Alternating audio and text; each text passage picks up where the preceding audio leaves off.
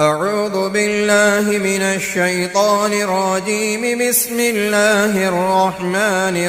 الرحيم. ألف لام ميم. ذلك الكتاب لا ريب فيه هدى للمتقين الذين يؤمنون بالغيب ويقيمون الصلاة ومما رزقناهم ينفقون والذين يؤمنون بما أنزل إليك وما أنزل من قبلك وبالآخرة هم يوقنون أولئك على هدى من ربهم وأولئك هم المفلحون. إن الذين كفروا سواء عليهم أأنذرتهم أم لم تنذرهم لا يؤمنون ختم الله على قلوبهم وعلى سمعهم وعلى أبصارهم غشاوة ولهم عذاب عظيم. ومن الناس من يقول آمنا بالله وباليوم الآخر وما هم بمؤمنين يخادعون الله والذين آمنوا وما يخدعون إلا أنفسهم وما يشعرون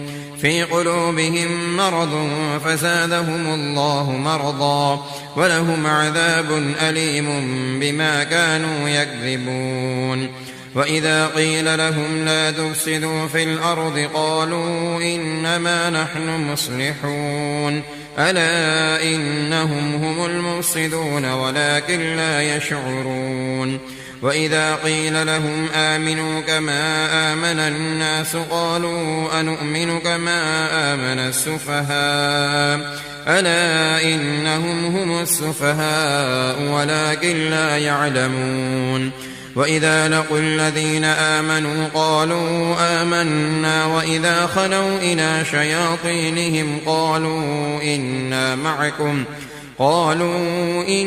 معكم إنما نحن مستهزئون الله يستهزئ بهم ويمدهم في طغيانهم يعمهون. أولئك الذين اشتروا الضلالة بالهدى فما ربحت تجارتهم وما كانوا مهتدين. مثلهم كمثل الذي استوقد نارا فلما أضاءت ما حوله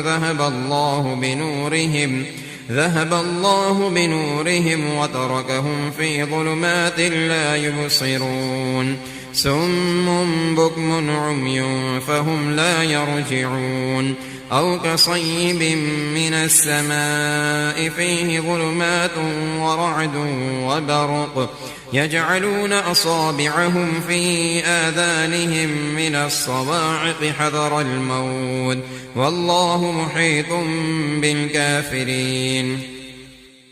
يكاد البرق يخطف أبصارهم كلما أضاء لهم مشوا فيه وإذا أظلم عليهم قاموا ولو شاء الله لذهب بسمعهم وأبصارهم إن الله على كل شيء قدير. يا أيها الناس اعبدوا ربكم الذي خلقكم والذين من قبلكم لعلكم تتقون الذي جعل لكم الأرض فراشا والسماء بناء وأنزل من السماء ماء فأخرج به من الثمرات رزقا لكم فلا تجعلوا لله أندادا وأنتم تعلمون. وإن كنتم في ريب مما نزلنا على عبدنا فأتوا بسورة من مثله وادعوا شهداءكم من دون الله إن كنتم صادقين فإن لم تفعلوا ولن تفعلوا فاتقوا النار التي وقودها الناس والحجارة أعدت للكافرين. وبشر الذين آمنوا وعملوا الصالحات أن لهم جنات تجري من تحتها الأنهار كلما رزقوا منها من ثمرة رزقا قالوا هذا الذي رزقنا من قبل وأتوا به متشابها ولهم فيها أزواج مطهرة وهم فيها خالدون. إن الله لا يستحيي أن يضرب مثلا ما بعوضة فما فوقها فأما الذين آمنوا فيعلمون أنه الحق من ربهم وأما الذين كفروا فيقولون ماذا أراد الله بهذا مثلا يضل به كثيرا ويهدي به كثيرا وما يضل به إلا الفاسقين الذين ينقضون عهد الله من بعد ميثاقه ويقطعون ما أمر الله به أن يوصل ويفسدون في الأرض أولئك هم الخاسرون كيف تكفرون بالله وكنتم أمواتا فأحياكم ثم يميتكم ثم يحييكم ثم إليه ترجعون هو الذي خلق لكم ما في الأرض جميعا ثم استوى إلى السماء فسواهن 7 سماوات وهو بكل شيء عليم وإذ قال ربك للملائكة إني جاعل في الأرض خليفة قالوا أتجعل فيها من يفسد فيها ويسفك الدماء ونحن نسبح بحمدك ونقدس لك قال إني أعلم ما لا تعلمون وعلم آدم الأسماء كلها ثم عرضهم على الملائكة فقال أنبئوني بأسماء هؤلاء إن كنتم صادقين قالوا سبحانك لا علم لنا إلا ما علمتنا إنك أنت العليم الحكيم قال يا آدم أنبئهم بأسمائهم فلما أنبأهم بأسمائهم قال ألم أقل لكم إني أعلم غيب السماوات والأرض وأعلم ما تبدون وما كنتم تكتمون وإذ قلنا للملائكة اسجدوا لآدم فسجدوا إلا إبليس أبى واستكبر وكان من الكافرين وقلنا يا آدم اسكن أنت وزوجك الجنة وكلا منها رغدا حيث شئتما ولا تقربا هذه الشجرة فتكونا من الظالمين فأزلهما الشيطان عنها فأخرجهما مما كانا فيه وقلنا اهبطوا بعضكم لبعض عدو ولكم في الأرض مستقر ومتاع إلى حين فتلقى آدم من ربه كلمات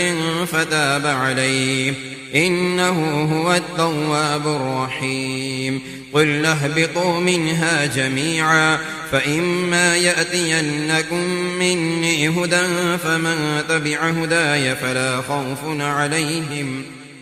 خوف عليهم ولا هم يحزنون والذين كفروا وكذبوا بآياتنا أولئك أصحاب النار هم فيها خالدون يا بني إسرائيل اذكروا نعمتي التي أنعمت عليكم وأوفوا بعهدي أوف بعهدكم وإياي فارهبون وآمنوا بما أنزلت مصدقا لما معكم ولا تكونوا أول كافر به ولا تشتروا بآياتي ثمنا قليلا وإياي فاتقون ولا تلبسوا الحق بالباطل وتكتموا الحق وأنتم تعلمون وأقيموا الصلاة وآتوا الزكاة واركعوا مع الراكعين أتأمرون الناس بالبر وتنسون أنفسكم وأنتم تتلون الكتاب أفلا تعقلون واستعينوا بالصبر والصلاة وإنها لكبيرة إلا على الخاشعين الذين يظنون أنهم ملاقو ربهم وأنهم إليه راجعون يا بني إسرائيل اذكروا نعمتي التي أنعمت عليكم وأني فضلتكم على العالمين واتقوا يوما لا تجزي نفس عن نفس شيئا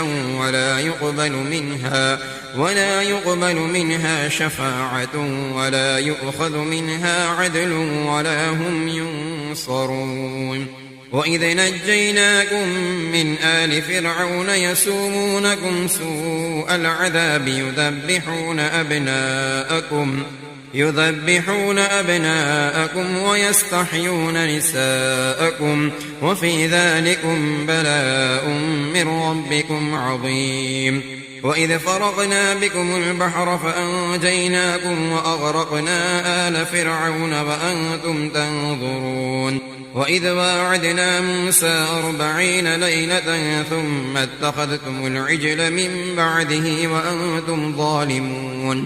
ثم عفونا عنكم من بعد ذلك لعلكم تشكرون. وإذ آتينا موسى الكتاب والفرقان لعلكم تهتدون. وإذ قال موسى لقومه يا قوم إنكم ظلمتم أنفسكم باتخاذكم العجل فتوبوا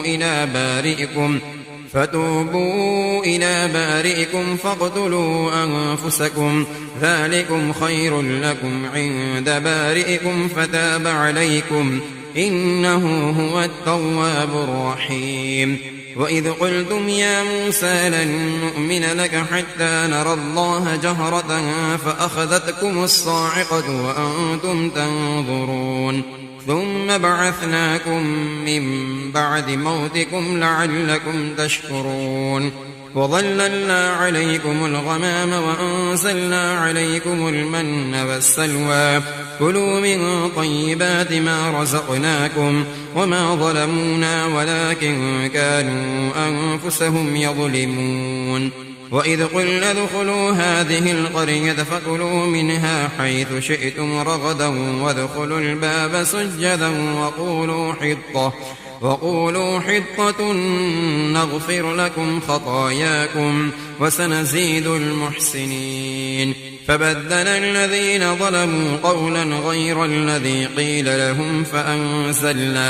فأنزلنا على الذين ظلموا رجزا من السماء بما كانوا يفسقون. وإذ استسقى موسى لقومه فقلنا اضرب بعصاك الحجر فانفجرت منه 12 عينا قد علم كل أناس مشربهم كلوا واشربوا من رزق الله ولا تعثوا في الأرض مفسدين. وإذ قلتم يا موسى لن نصبر على طعام واحد فادع لنا ربك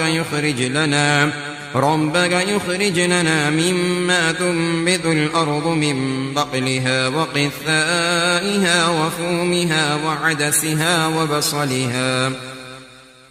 قال أتستبدلون الذي هو أدنى بالذي هو خير اهبطوا مصرا فإن لكم ما سألتم وضربت عليهم الذلة والمسكنة وباءوا بغضب من الله ذلك بأنهم كانوا يكفرون بآيات الله ويقتلون النبيين بغير الحق ذلك بما عصوا وكانوا يعتدون. إن الذين آمنوا والذين هادوا والنصارى والصابئين من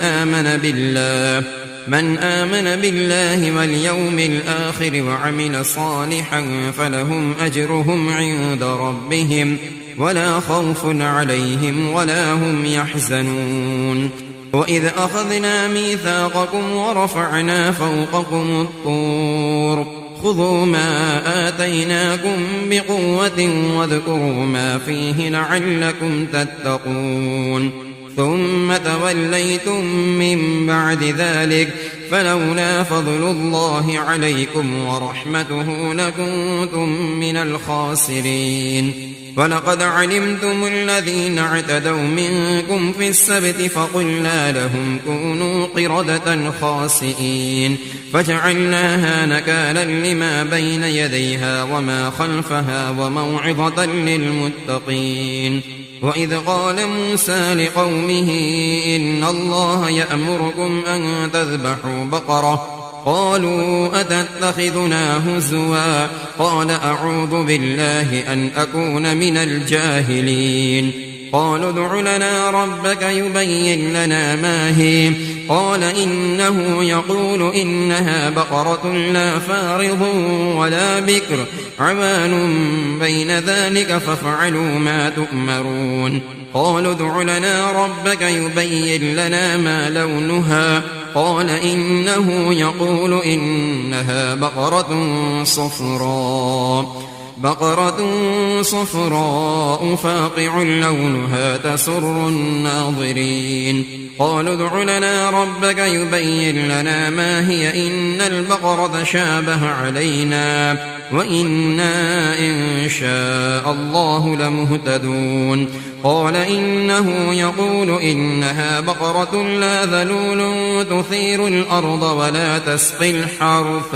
مسلمة لا شية فيها قالوا الآن جئت بالحق فذبحوها وما كادوا يفعلون وإذ قتلتم نفسا فادارأتم فيها والله مخرج ما كنتم تكتمون فقلنا اضربوه ببعضها كذلك يحيي الله الموتى ويريكم آياته لعلكم تعقلون ثم قست قلوبكم من بعد ذلك فهي كالحجارة أو أشد قسوة وإن من الحجارة لما يتفجر منه الأنهار وإن منها لما يشقق فيخرج منه الماء وإن منها لما يهبط من خشية الله وما الله بغافل عما تعملون أفتطمعون أن يؤمنوا لكم وقد كان فريق منهم يسمعون كلام الله ثم يحرفونه من بعد ما عقلوه وهم يعلمون وإذا لقوا الذين آمنوا قالوا آمنا وإذا خلا بعضهم إلى بعض قالوا أتحدثونهم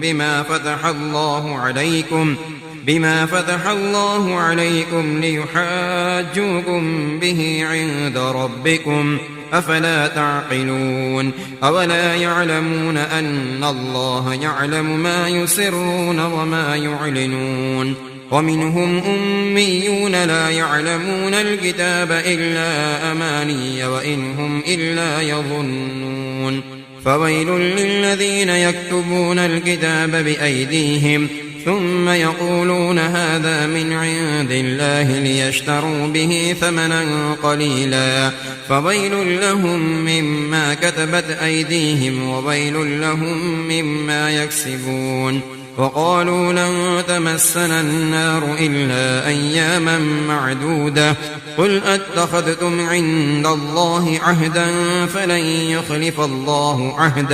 فلن يخلف الله عهده أم تقولون على الله ما لا تعلمون بلى من كسب سيئة وأحاطت به خطيئته فأولئك أصحاب النار هم فيها خالدون والذين آمنوا وعملوا الصالحات أولئك أصحاب الجنة هم فيها خالدون وإذ أخذنا ميثاق بني إسرائيل لا تعبدون إلا الله وبالوالدين إحسانا وذي القربى واليتامى والمساكين وقولوا للناس حسنا وأقيموا الصلاة وآتوا الزكاة ثم توليتم إلا قليلا منكم وأنتم معرضون وإذ أخذنا ميثاقكم لا تسفكون دماءكم ولا تخرجون أنفسكم من دياركم ثم أقررتم وأنتم تشهدون ثم أنتم هؤلاء تقتلون أنفسكم وتخرجون فريقا منكم من ديارهم فظاهرون عليهم بالإثم والعدوان وإن يأتوكم أسارى تفادوهم وهو محرم عليكم إخراجهم أفتؤمنون ببعض الكتاب وتكفرون ببعض فما جزاء من يفعل ذلك منكم إلا خزي في الحياة الدنيا ويوم القيامة يردون إلى أشد العذاب وما الله بغافل بغافل عما تعملون أولئك الذين اشتروا الحياة الدنيا بالآخرة فلا يخفف عنهم العذاب ولا هم ينصرون ولقد آتينا موسى الكتاب وقفينا من بعده بالرسل وآتينا عيسى ابن مريم البينات وأيدناه بروح القدس أفكلما جاءكم رسول بما لا تهوى أنفسكم استكبرتم ففريقا كذبتم وفريقا تقتلون وقالوا قلوبنا غلف بل لعنهم الله بكفرهم فقليلا ما يؤمنون ولما جاءهم كتاب من عند الله مصدق لما معهم وكانوا من قبل يستفتحون على الذين كفروا فلما جاءهم ما عرفوا كفروا به فلعنة الله على الكافرين بئس ما اشتروا به أنفسهم أن يكفروا بما أنزل الله بغيا أن ينزل الله من فضله على من يشاء من عباده فباءوا بغضب على غضب وللكافرين عذاب مهين وإذا قيل لهم آمنوا بما أنزل الله قالوا نؤمن بما أنزل علينا ويكفرون بما وراءه فهو الحق مصدقا لما معهم قل فلم تقتلون أنبياء الله من قبل إن كنتم مؤمنين ولقد جاءكم موسى بالبينات ثم اتخذتم العجل من بعده وأنتم ظالمون وإذ أخذنا ميثاقكم ورفعنا فوقكم الطور خذوا ما آتيناكم بقوة واسمعوا قالوا سمعنا وعصينا وأشربوا في قلوبهم العجل بكفرهم قل بئس ما يأمركم به إيمانكم إن كنتم مؤمنين قل إن كانت لكم الدار الآخرة عند الله خالصة من دون الناس فتمنوا الموت إن كنتم صادقين ولن يتمنوه أبدا بما قدمت أيديهم والله عليم بالظالمين ولتجدنهم أحرص الناس على حياة ومن الذين أشركوا يود أحدهم لو يعمر 1000 سنة وما هو بمزحزحه من العذاب أن يعمر والله بصير بما يعملون قل من كان عدوا لجبريل فإنه نزله على قلبك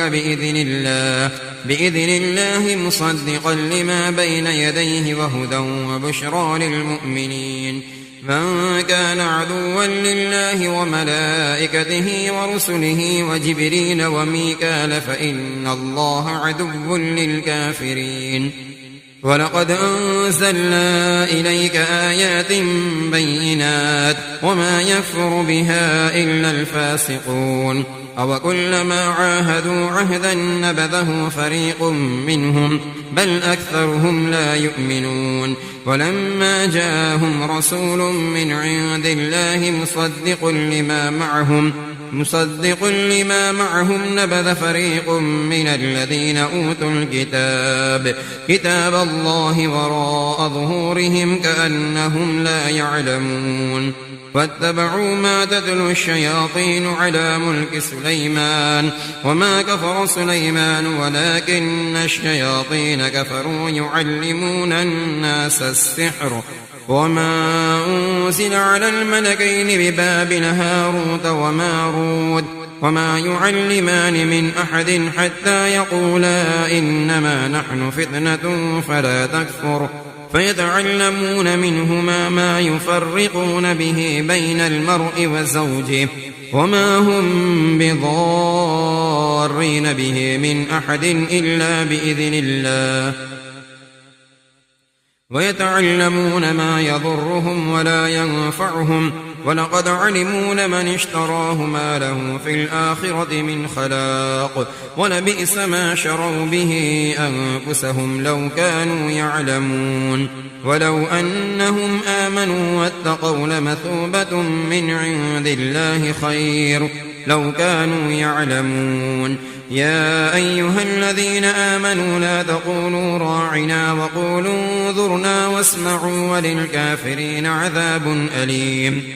ما يود الذين كفروا من أهل الكتاب ولا المشركين أن ينزل عليكم من خير من ربكم والله يختص برحمته من يشاء والله ذو الفضل العظيم ما ننسخ من آية أو ننسها نأت بخير منها أو مثلها ألم تعلم أن الله على كل شيء قدير ألم تعلم أن الله له ملك السماوات والأرض وما لكم من دون الله من ولي ولا نصير أم تريدون أن تسألوا رسولكم كما سئل موسى من قبل ومن يتبدل الكفر بالإيمان فقد ضل سواء السبيل ود كثير من أهل الكتاب لو يردونكم من بعد إيمانكم كفارا حسدا من عند أنفسهم من بعد ما تبين لهم الحق فاعفوا واصفحوا حتى يأتي الله بأمره إن الله على كل شيء قدير وأقيموا الصلاة وآتوا الزكاة وما تقدموا لأنفسكم من خير تجدوه عند الله إن الله بما تعملون بصير وقالوا لن يدخل الجنة إلا من كان هودا أو نصارى تلك أمانيهم قل هاتوا برهانكم إن كنتم صادقين بلى من أسلم وجهه لله وهو محسن فله أجره عند ربه ولا خوف عليهم ولا هم يحزنون وقالت اليهود ليست النصارى على شيء وقالت النصارى ليست اليهود على شيء وهم يتلون الكتاب كذلك قال الذين لا يعلمون مثل قولهم فالله يحكم بينهم يوم القيامة فيما كانوا فيه يختلفون ومن أظلم ممن منع مساجد الله أن يذكر فيها اسمه وسعى في خرابها أولئك ما كان لهم أن يدخلوها إلا خائفين لهم في الدنيا خزي ولهم في الآخرة عذاب عظيم ولله المشرق والمغرب فأينما تولوا فثم وجه الله إن الله واسع عليم وقالوا اتخذ الله ولدا سبحانه بل له ما في السماوات والأرض كل له قانتون بديع السماوات والأرض وإذا قضى أمرا فإنما يقول له كن فيكون وقال الذين لا يعلمون لولا يكلمنا الله أو تأتينا آية كذلك قال الذين من قبلهم مثل قولهم تشابهت قلوبهم قد بينا الآيات لقوم يوقنون إنا أرسلناك بالحق بشيرا ونذيرا ولا تسأل عن أصحاب الجحيم ولن ترضى عنك اليهود ولا النصارى حتى تتبع ملتهم قل إن هدى الله هو الهدى ولئن اتبعت أهواءهم بعد الذي جاءك من العلم ما لك من الله من ولي ولا نصير الذين آتيناهم الكتاب يتلونه حق تلاوته أولئك يؤمنون به ومن يكفر به فأولئك هم الخاسرون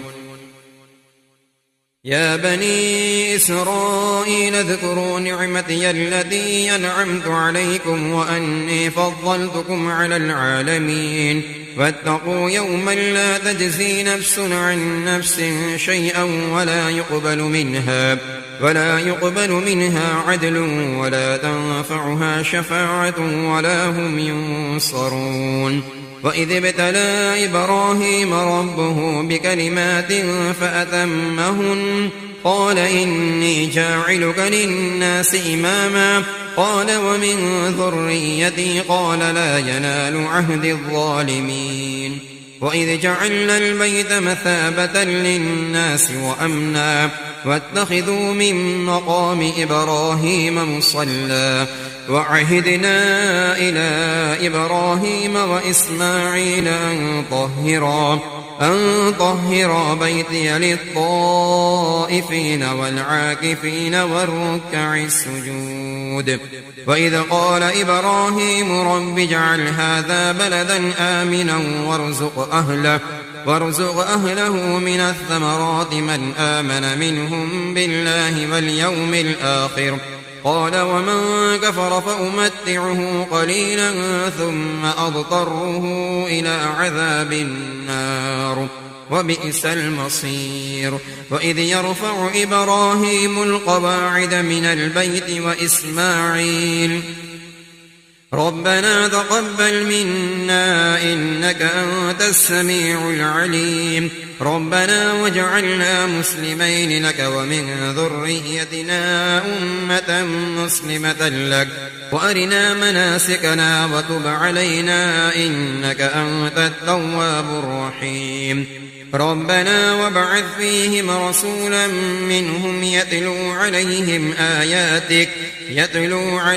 آياتك ويعلمهم الكتاب والحكمة ويزكيهم إنك أنت العزيز الحكيم. ومن يرغب عن ملة إبراهيم إلا من سفه نفسه ولقد اصطفيناه في الدنيا وإنه في الآخرة لمن الصالحين. إذ قال له ربه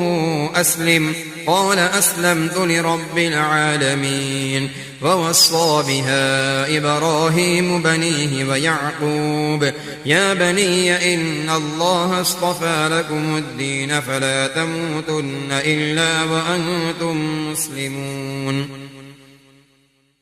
أم كنتم شهداء إذ حضر يعقوب الموت إذ قال لبنيه ما تعبدون من بعدي قالوا نعبد إلهك وإله آبائك إبراهيم وإسماعيل وإسحاق إلها واحدا ونحن له مسلمون. تلك أمة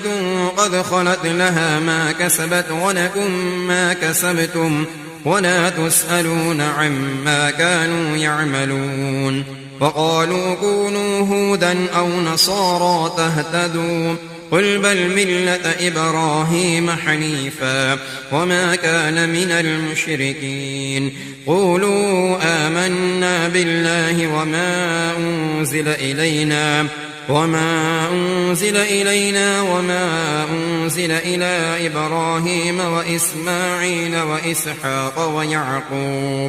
ويعقوب والأسباط وما أوتي موسى وعيسى وما أوتي النبيون من ربهم لا نفرق بين أحد منهم ونحن له مسلمون. فإن آمنوا بمثل ما آمنتم به فقد اهتدوا وإن تولوا فإنما هم في شقاق فسيكفيكهم الله وهو السميع العليم. صبغة الله ومن أحسن من الله صبغة ونحن له عابدون. قل أتحاجوننا في الله وهو ربنا وربكم ولنا أعمالنا ولكم أعمالكم ونحن له مخلصون. أم تقولون إن إبراهيم وإسماعيل وإسحاق ويعقوب والأسباط كانوا هودا أو نصارى قل أأنتم أعلم أم الله ومن أظلم ممن كتم شهادة عنده من الله وما الله بغافل عما تعملون تلك أمة قد خلت لها ما كسبت ولكم ما كسبتم ولا تسألون عما كانوا يعملون سيقول السفهاء من الناس ما ولاهم عن قبلتهم التي كانوا عليها قل لله المشرق والمغرب يهدي من يشاء إلى صراط مستقيم وكذلك جعلناكم أمة وسطا لتكونوا شهداء على الناس ويكون الرسول عليكم شهيدا وما جعلنا القبلة التي كنت عليها إلا لنعلم من يتبع الرسول ممن ينقلب على عقبيه وإن كانت لكبيرة إلا على الذين هدى الله وما كان الله ليضيع إيمانكم إن الله بالناس لرءوف رحيم قد نرى تقلب وجهك في السماء فلنولينك قبلة ترضاها فول وجهك شطر المسجد الحرام وحيث ما كنتم فولوا وجوهكم شطره وإن الذين أوتوا الكتاب ليعلمون أنه الحق من ربهم وما الله بغافل عما يعملون ولئن أتيت الذين أوتوا الكتاب بكل آية ما تبعوا قبلتك وما أنت بتابع قبلتهم وما بعضهم بتابع قبلة بعض ولئن اتبعت أهواءهم من بعد ما جاءك من العلم إنك إذا لمن الظالمين الذين آتيناهم الكتاب يعرفونه كما يعرفون أبناءهم وإن فريقا منهم ليكتمون الحق وهم يعلمون الحق من ربك فلا تكونن من الممترين ولكل وجهة هو موليها فاستبقوا الخيرات أينما تكونوا يأت بكم الله جميعا إن الله على كل شيء قدير ومن حيث خرجت فول وجهك شطر المسجد الحرام وإنه للحق من ربك وما الله بغافل عما تعملون ومن حيث خرجت فول وجهك شطر المسجد الحرام وحيث ما كنتم فولوا وجوهكم شطره لئلا يكون للناس عليكم حجة إلا الذين ظلموا منهم فلا تخشوهم واخشوني ولأتم نعمتي عليكم ولعلكم تهتدون كما أرسلنا فيكم رسولا منكم يتلو عليكم آياتنا ويزكيكم ويعلمكم الكتاب والحكمة ويعلمكم ما لم تكونوا تعلمون فاذكروني أذكركم واشكروا لي ولا تكفرون يا أيها الذين آمنوا استعينوا بالصبر والصلاة إن الله مع الصابرين ولا تقولوا لمن يقتل في سبيل الله أموات بل أحياء ولكن لا تشعرون ولنبلونكم بشيء من الخوف والجوع ونقص من الأموال والأنفس والثمرات وبشر الصابرين الذين إذا أصابتهم مصيبة قالوا إنا لله وإنا إليه راجعون أولئك عليهم صلوات من ربهم ورحمة وأولئك هم المهتدون إن الصفا والمروة من شعائر الله فمن حج البيت أو اعتمر فلا جناح عليه أن يطوف بهما ومن تطوع خيرا فإن الله شاكر عليم إن الذين يكتمون ما أنزلنا من البينات والهدى من بعد ما بيناه للناس في الكتاب أولئك يلعنهم الله ويلعنهم اللاعنون إلا الذين تابوا وأصلحوا وبينوا فأولئك أتوب عليهم وأنا التواب الرحيم إن الذين كفروا وماتوا وهم كفار أولئك عليهم لعنة الله والملائكة والناس أجمعين خالدين فيها لا يخفف عنهم العذاب ولا هم ينظرون وإلهكم إله واحد لا إله إلا هو الرحمن الرحيم إن في خلق السماوات والأرض واختلاف الليل والنهار والفلك التي تجري في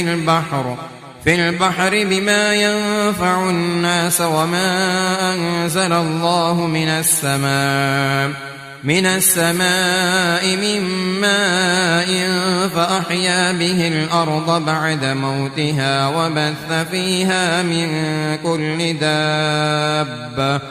وتصريف الرياح والسحاب المسخر بين السماء والأرض لآيات لقوم يعقلون ومن الناس من يتخذ من دون الله أندادا يحبونهم كحب الله والذين آمنوا أشد حبا لله ولو يرى الذين ظلموا إذ يرون العذاب أن القوة لله جميعا وأن الله شديد العذاب إذ تبرأ الذين اتبعوا من الذين اتبعوا ورأوا العذاب وتقطعت بهم الأسباب وقال الذين اتبعوا لو أن لنا كرة فنتبرأ منهم كما تبرأوا منا كذلك يريهم الله أعمالهم حسرات عليهم وما هم بخارجين من النار يا أيها الناس كلوا مما في الأرض حلالا طيبا ولا تتبعوا خطوات الشيطان إنه لكم عدو مبين إنما يأمركم بالسوء والفحشاء وأن تقولوا على الله ما لا تعلمون وإذا قيل لهم اتبعوا ما أنزل الله قالوا بل نتبع ما ألفينا عليه آباءنا أولو كان آباؤهم لا يعقلون شيئا ولا يهتدون ومثل الذين كفروا كمثل الذي ينعق بما لا يسمع إلا دعاء ونداء صم بكم عمي فهم لا يعقلون يا أيها الذين آمنوا كلوا من طيبات ما رزقناكم واشكروا لله إن كنتم إياه تعبدون إنما حرم عليكم الميتة والدم ولحم الخنزير وما أهل به لغير الله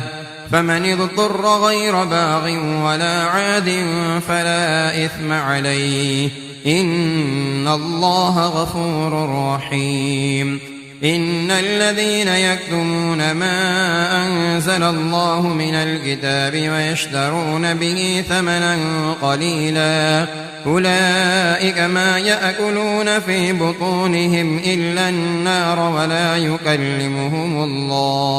ولا يكلمهم الله يوم القيامة ولا يزكيهم ولهم عذاب أليم. أولئك الذين اشتروا الضلالة بالهدى والعذاب بالمغفرة فما أصبرهم على النار. ذلك بأن الله نزل الكتاب بالحق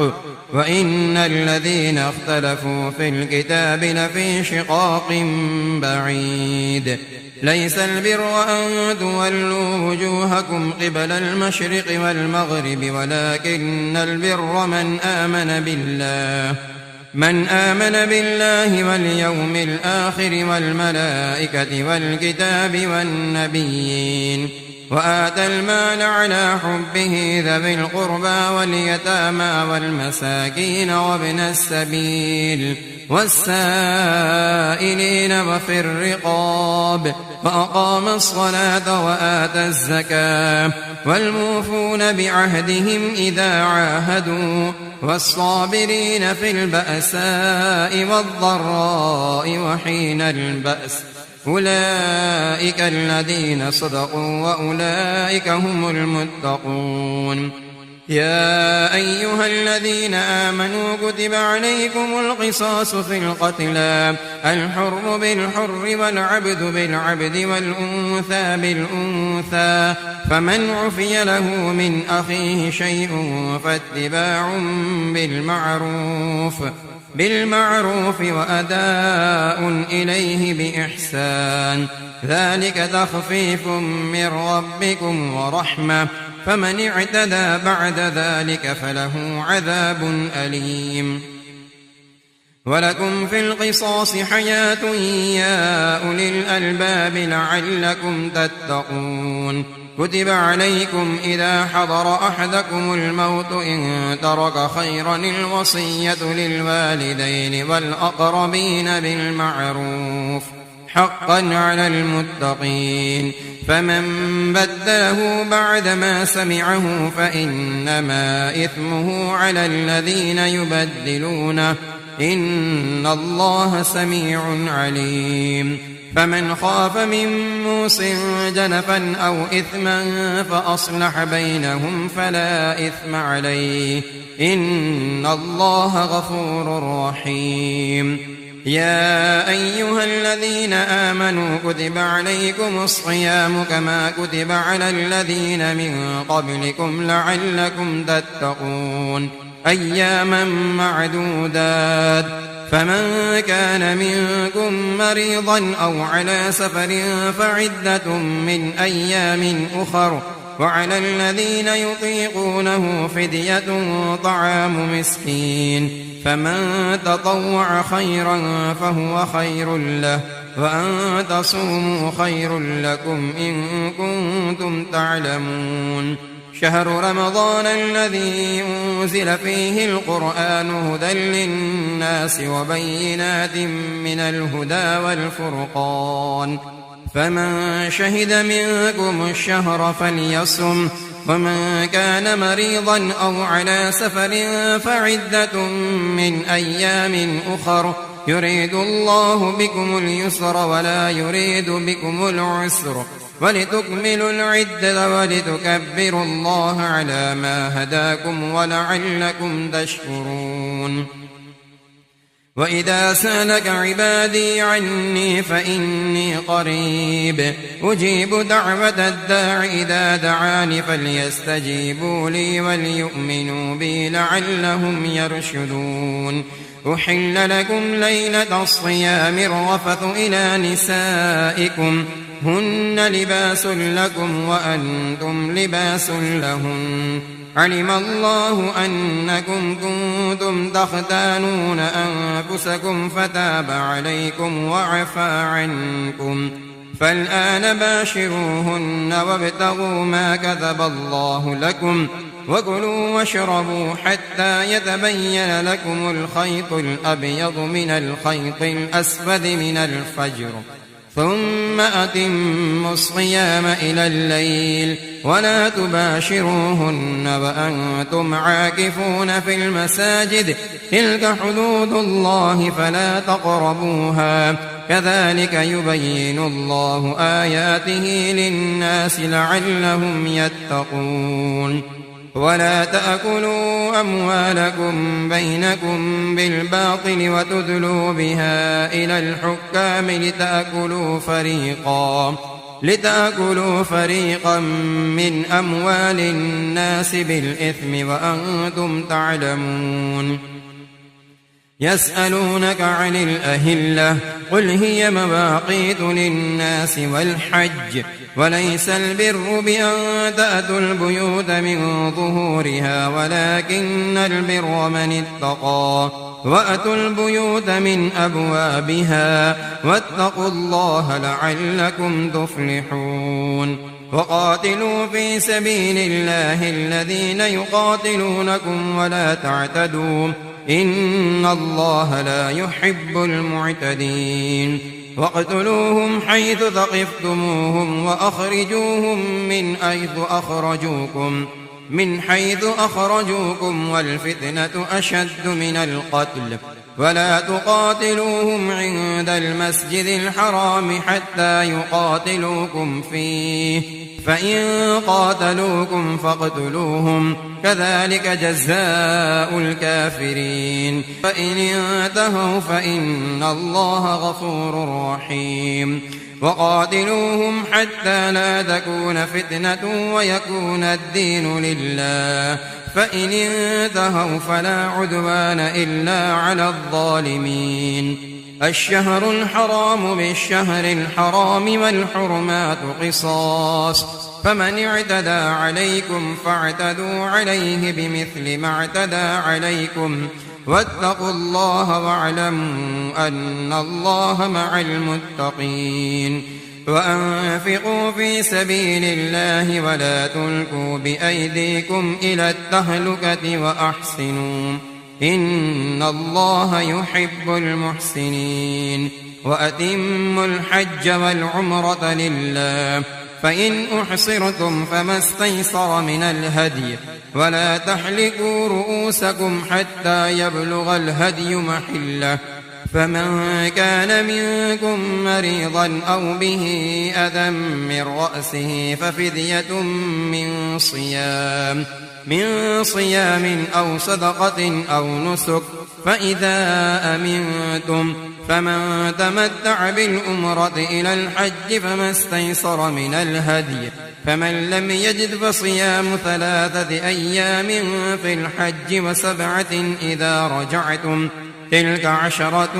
كاملة ذلك لمن لم يكن أهله حاضر المسجد الحرام واتقوا الله واعلموا أن الله شديد العقاب الحج أشهر معلومات فمن فرض فيهن الحج فلا رفث ولا فسوق ولا جدال في الحج وما تفعلوا من خير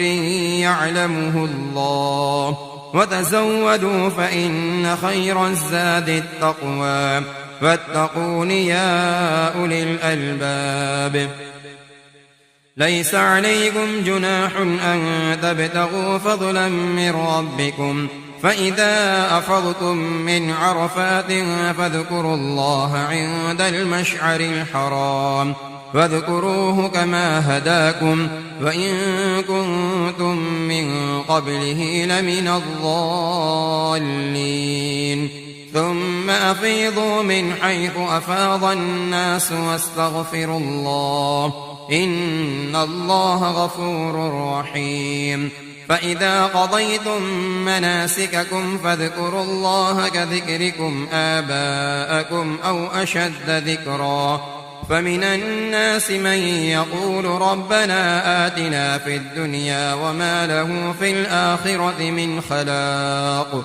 ومنهم من يقول ربنا آتنا في الدنيا حسنة وفي الآخرة حسنة وقنا عذاب النار أولئك لهم نصيب مما كسبوا والله سريع الحساب واذكروا الله في أيام معدودات فمن تعجل في يومين فلا إثم عليه ومن تأخر فلا إثم عليه لمن اتقى واتقوا الله واعلموا أنكم إليه تحشرون ومن الناس من يعجبك قوله في الحياة الدنيا ويشهد الله على ما في قلبه وهو علد الخصام وإذا تولى سعى في الأرض ليفسد فيها ويهلك الحرث والنسل والله لا يحب الفساد وإذا قيل له اتق الله أخذته العزة بالإثم فحسبه جهنم ولبئس المهاد ومن الناس من يشري نفسه ابتغاء مرضات الله والله رؤوف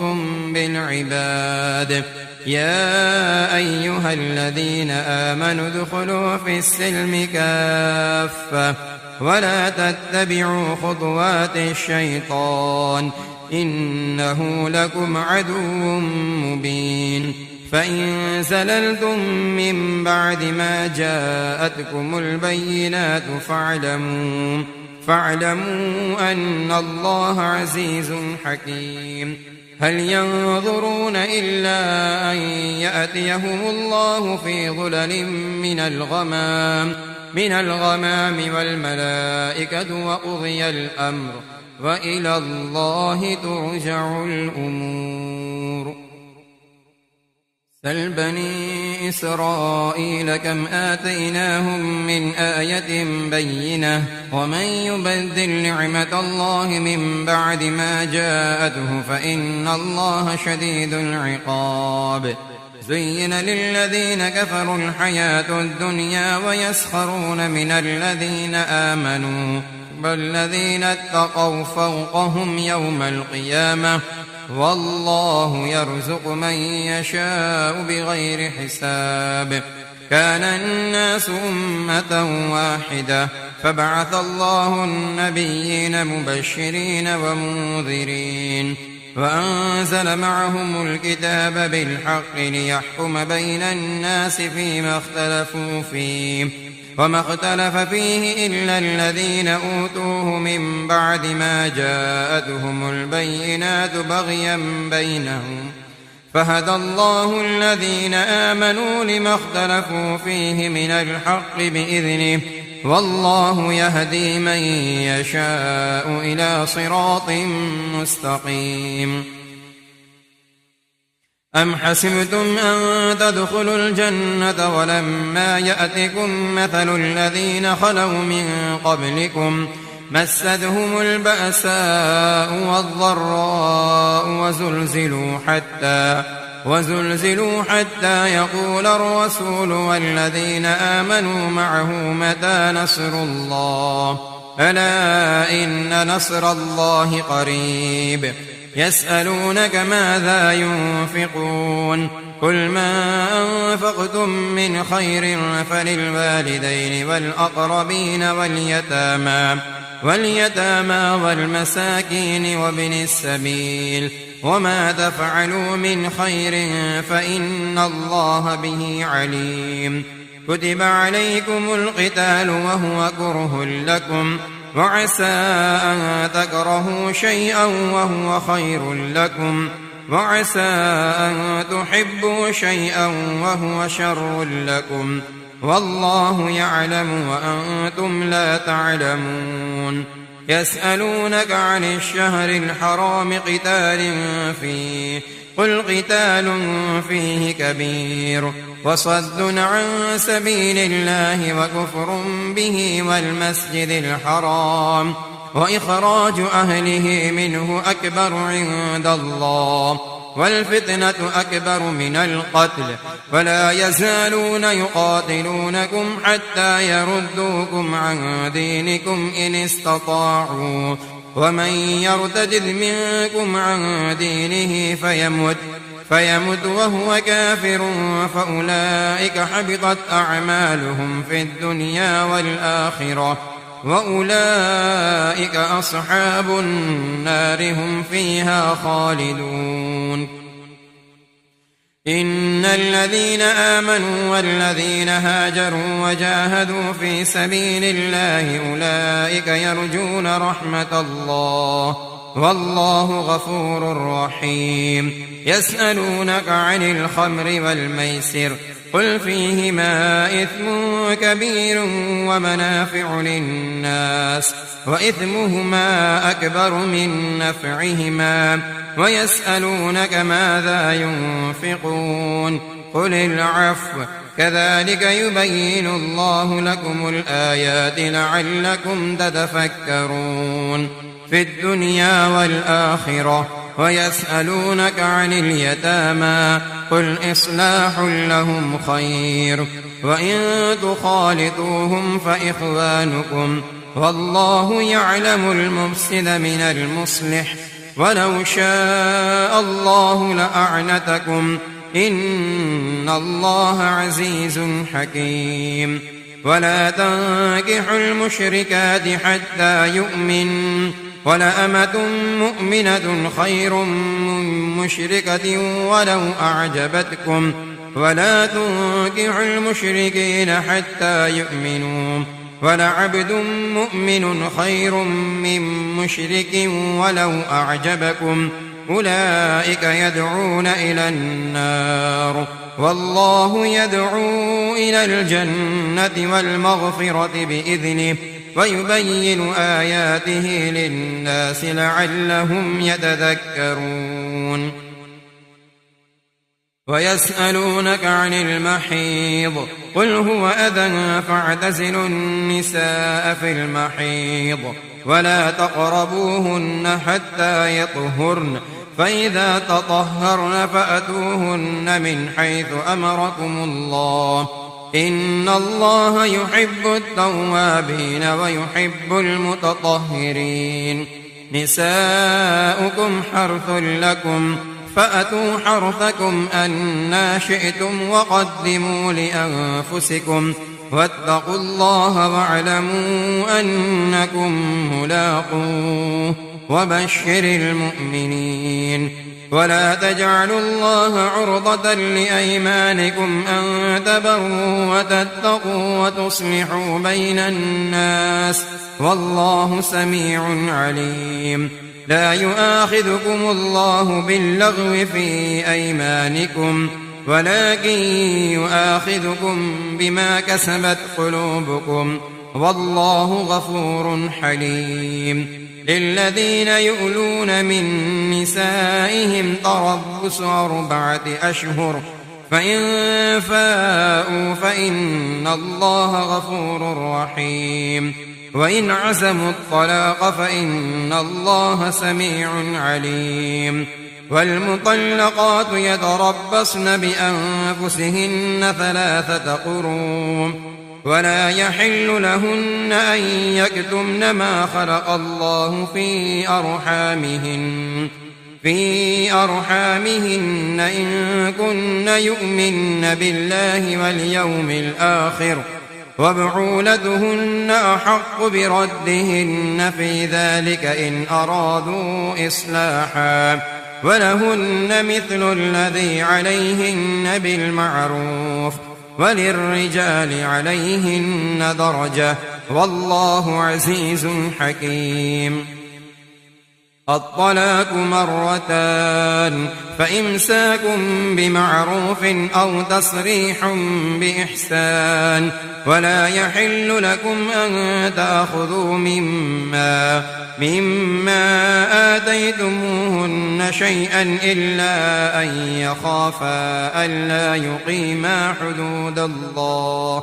فإن خفتم ألا يقيما حدود الله فلا جناح عليهما فيما افتدت به تلك حدود الله فلا تعتدوها ومن يتعد حدود الله فأولئك هم الظالمون.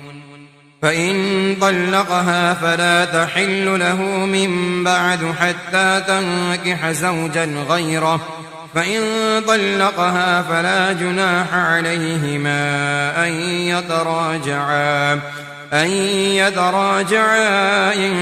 ظنا أن يقيما حدود الله وتلك حدود الله يبينها لقوم يعلمون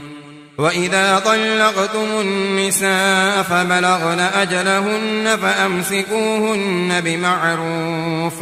بمعروف أو سرحوهن بمعروف ولا تمسكوهن ضرارا لتعتدوا ومن يفعل ذلك فقد ظلم نفسه ولا تتخذوا آيات الله هزوا واذكروا نعمة الله عليكم وما أنزل عليكم من الكتاب والحكمة يعظكم به واتقوا الله واعلموا أن الله بكل شيء عليم وإذ طلقتم النساء فبلغن أجلهن فلا تعضلوهن أن ينكحن أزواجهن إذا تراضوا بينهم بالمعروف ذلك يوعظ به من كان منكم يؤمن بالله واليوم الآخر ذلكم أزكى لكم وأطهر والله يعلم وأنتم لا تعلمون والوالدات يرضعن أولادهن حولين كاملين لمن أراد أن يتم الرضاعة وعلى المولود له رزقهن وكسوتهن بالمعروف لا تكلف نفس إلا وسعها لا تضار والدة بولدها ولا مولود له بولده وعلى الوارث مثل ذلك فإن أرادا فصالا عن تراض منهما وتشاور فلا جناح عليهما وإن أردتم أن تسترضعوا أولادكم فلا جناح عليكم إذا سلمتم ما آتيتم بالمعروف واتقوا الله واعلموا أن الله بما تعملون بصير والذين يتوفون منكم ويذرون أزواجا يتربصن بأنفسهن 4 أشهر وعشرا فإذا بلغن أجلهن فلا جناح عليكم فيما فعلن في أنفسهن بالمعروف والله بما تعملون خبير ولا جناح عليكم فيما عرضتم به من خطبة النساء أو أكننتم في أنفسكم علم الله أنكم ستذكرونهن ولكن لا تواعدوهن سرا إلا أن تقولوا قولا معروفا ولا تعزموا عقدة النكاح حتى يبلغ الكتاب أجله واعلموا أن الله يعلم ما في أنفسكم فاحذروه واعلموا أن الله غفور حليم لا جناح عليكم إن طلقتم النساء ما لم تمسوهن أو تفرضوا لهن فريضة ومتعوهن على الموسع قدره وعلى المقتر قدره متاعا بالمعروف حقا على المحسنين وإن طلقتموهن من قبل أن تمسوهن وقد فرضتم لهن فريضة فنصف ما فرضتم إلا أن يعفون أو يعفو الذي بيده عقدة النكاح وأن تعفوا أقرب للتقوى ولا تنسوا الفضل بينكم إن الله بما تعملون بصير حافظوا على الصلوات والصلاة الوسطى وقوموا لله قانتين. فإن خفتم فرجالا أو ركبانا فإذا أمنتم فاذكروا الله كما علمكم ما لم تكونوا تعلمون.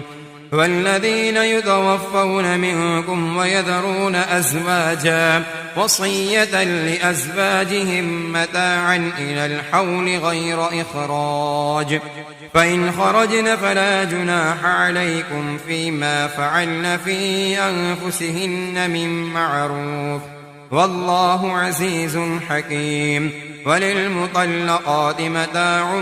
بالمعروف حقا على المتقين، كذلك يبين الله لكم آياته لعلكم تعقلون.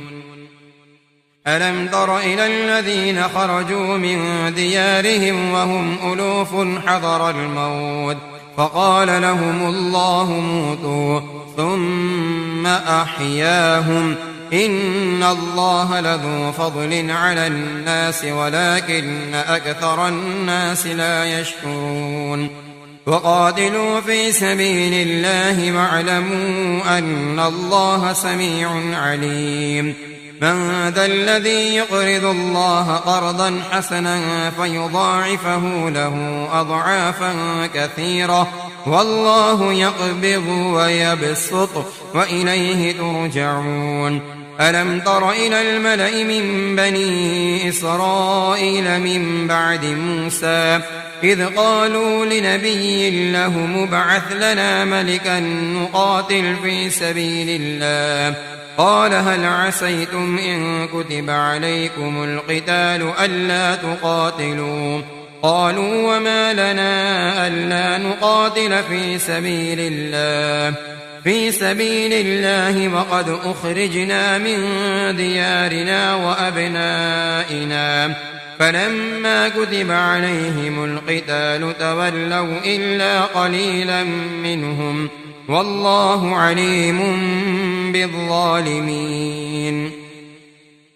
وقال لهم نبيهم إن الله قد بعث لكم طالوت ملكا قالوا أنى يكون له الملك علينا ونحن أحق بالملك منه ولم يؤت سعة من المال قال إن الله اصطفاه عليكم وزاده بسطة في العلم والجسم والله يؤتي ملكه من يشاء والله واسع عليم. وقال لهم نبيهم إن آية ملكه أن يأتيكم التابوت فيه سكينة من ربكم وبقية مما ترك آل موسى وآل هارون تحمله الملائكة إن في ذلك لآية لكم إن كنتم مؤمنين. فلما فصل طالوت بالجنود قال إن الله مبتليكم بنهر فمن شرب منه فليس مني ومن لم يطعمه فإنه مني إلا من اغترف غرفة بيده فشربوا منه إلا قليلا منهم فلما جاوزه هو والذين آمنوا معه قالوا لا طاقة لنا اليوم بجالوت وجنوده قال الذين يظنون أنهم ملاقو الله كم من فئة قليلة غلبت فئة كثيرة بإذن الله والله مع الصابرين. ولما برزوا لجالوت وجنوده قالوا ربنا أفرغ علينا صبرا وثبت أقدامنا وانصرنا على القوم الكافرين فهزموهم بإذن الله. وقتل داود جالوت وآتاه الله الملك والحكمة وعلمه مما يشاء ولولا دفع الله الناس بعضهم ببعض ببعض لفسدت الأرض ولكن الله ذو فضل على العالمين. تلك آيات الله نتلوها عليك بالحق وإنك لمن المرسلين. تلك الرسل فضلنا بعضهم على بعض منهم من كلم الله ورفع بعضهم درجات وآتينا عيسى ابن مريم البينات وأيدناه بروح القدس ولو شاء الله ما اقتتل الذين من بعدهم من بعد ما جاءتهم البينات ولكن اختلفوا فمنهم من آمن ومنهم من كفر ولو شاء الله ما اقتتلوا ولكن الله يفعل ما يريد. يا أيها الذين آمنوا أنفقوا مما رزقناكم من قبل أن يأتي يوم لا بيع فيه ولا خلة ولا شفاعة والكافرون هم الظالمون. الله لا إله إلا هو الحي القيوم لا تأخذه سنة ولا نوم له ما في السماوات وما في الأرض من ذا الذي يشفع عنده إلا بإذنه يعلم ما بين أيديهم وما خلفهم ولا يحيطون بشيء من علمه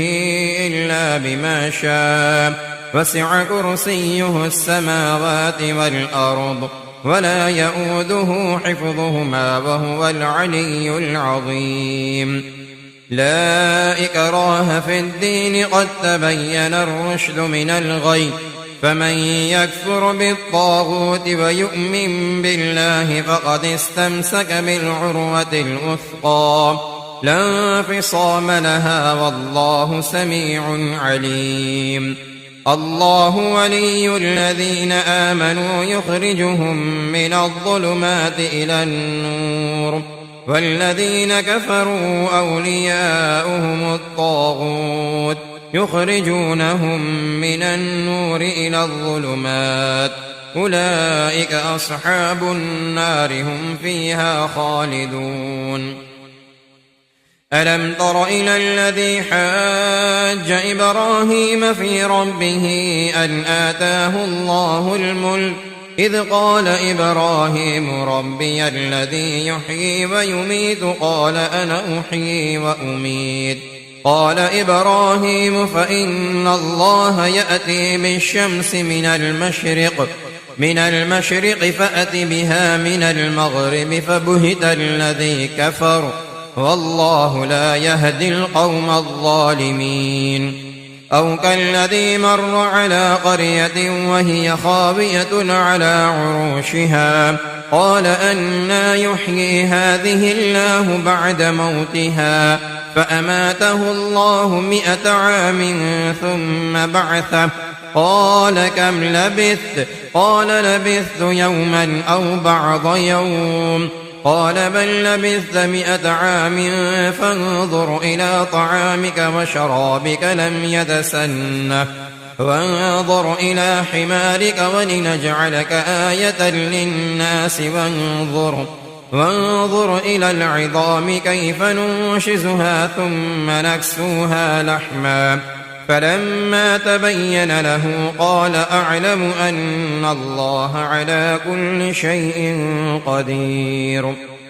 وإذ قال إبراهيم رب أرني كيف تحيي الموتى قال أولم تؤمن قال بلى ولكن ليطمئن قلبي قال فخذ 4 من الطير فصرهن إليك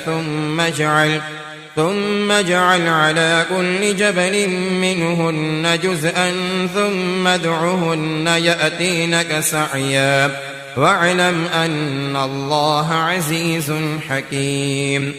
مثل الذين ينفقون أموالهم في سبيل الله كمثل حبة أنبتت 7 سنابل في كل سنبلة 100 حبة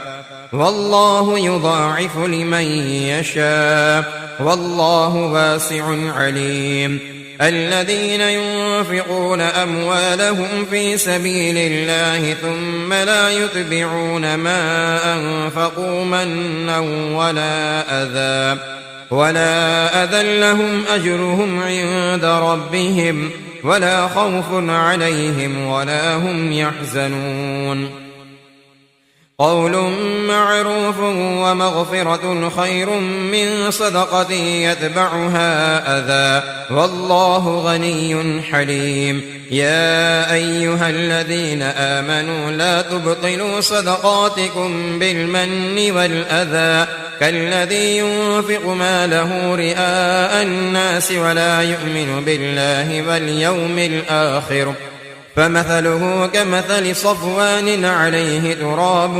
فأصابه وابل فتركه صلدا لا يقدرون على شيء مما كسبوا والله لا يهدي القوم الكافرين. ومثل الذين ينفقون أموالهم ابتغاء مرضات الله وتثبيتا من أنفسهم كمثل جنة بربوة أصابها وابل فآتت أكلها ضعفين فإن لم يصبها وابل فطل والله بما تعملون بصير. أيود أحدكم أن تكون له جنة من نخيل وأعناب تجري من تحتها الأنهار له فيها من كل الثمرات وأصابه الكبر وله ذرية ضعفاء فأصابها إعصار فيه نار فاحترقت كذلك يبين الله لكم الآيات لعلكم تتفكرون. يا أيها الذين آمنوا أنفقوا من طيبات ما كسبتم ومما أخرجنا لكم من الأرض ولا تيمموا الخبيث منه تنفقون ولستم بآخذيه إلا أن تغمضوا فيه واعلموا أن الله غني حميد. الشيطان يعدكم الفقر ويأمركم بالفحشاء والله يعدكم مغفرة منه وفضلا والله واسع عليم. يؤتي الحكمة من يشاء ومن يؤت الحكمة فقد أوتي خيرا كثيرا وما يذكر إلا أولو الألباب. وما أنفقتم من نفقة أو نذرتم من نذر فإن الله يعلمه وما للظالمين من أنصار. إن تبدوا الصدقات فنعما هي وإن تخفوها وتؤتوها الفقراء فهو خير لكم ويكفر عنكم من سيئاتكم والله بما تعملون خبير. ليس عليك هداهم ولكن الله يهدي من يشاء وما تنفقوا من خير فلأنفسكم وما تنفقون إلا ابتغاء وجه الله وما تنفقوا من خير يوفى إليكم وأنتم لا تظلمون. للفقراء الذين أحصروا في سبيل الله لا يستطيعون ضربا في الأرض يحسبهم الجاهل أغنياء من التعفف تعرفهم بسيماهم لا يسألون الناس إلحافا وما تنفقوا من خير فإن الله به عليم. الذين ينفقون أموالهم بالليل والنهار سرا وعلانية فلهم أجرهم عند ربهم ولا خوف عليهم ولا هم يحزنون. الذين يأكلون الربا لا يقومون إلا كما يقوم الذي يتخبطه الشيطان من المس ذلك بأنهم قالوا إنما البيع مثل الربا وأحل الله البيع وحرم الربا فمن جاءه موعظة من ربه فانتهى فله ما سلف وأمره إلى الله ومن عاد فأولئك أصحاب النار هم فيها خالدون يمحق الله الربا ويربي الصدقات والله لا يحب كل كفار أثيم إن الذين آمنوا وعملوا الصالحات وأقاموا الصلاة وآتوا الزكاة لهم أجرهم عند ربهم ولا خوف عليهم ولا هم يحزنون